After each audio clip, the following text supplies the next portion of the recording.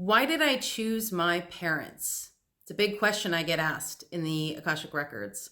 It's really different for everyone. Why you decide to choose your parents prior to incarnating has a lot to do with soul family. It has a lot to do with the experiences that you want to have. For example, for me, I chose my mom because we are part of the same soul family, because we have been in this experience of human life for quite some time, for many, many lifetimes. We had some karma that we needed to work through, but also we have agreed to help each other on this journey. And so, although a lot of my experience with her when I was a child, as well as growing up, was challenging, it was part of what allowed me to get to this point of not only recognizing our relationship, but then forgiving the experiences that we had.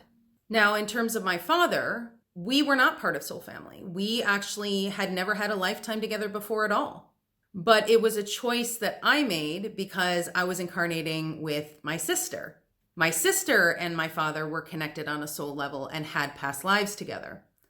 And so it served a purpose for her, but it also served a purpose for me to continue incarnating with my sister, who is also in my soul family.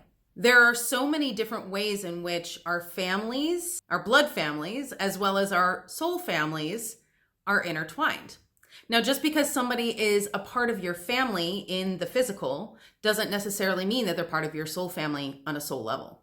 They can be a soul that just steps in for a particular role or steps in for a period of time, and then that's it. I have known a lot of clients in the past who have, let's say, been abandoned as children or given up for adoption. And in which case, that can also point to not wanting to incarnate in a particular ancestral line. That can point to not wanting to have a particular experience with a person in this lifetime. But let's say you end up having parents that are much more aligned for you, but having that experience of being abandoned or adopted ends up creating a connection or a disconnection, if you will, with your parent of origin. There are so many different stories like this, and I could go on and on. Give me your questions in the comments. What other questions do you have about how you incarnated with your parents?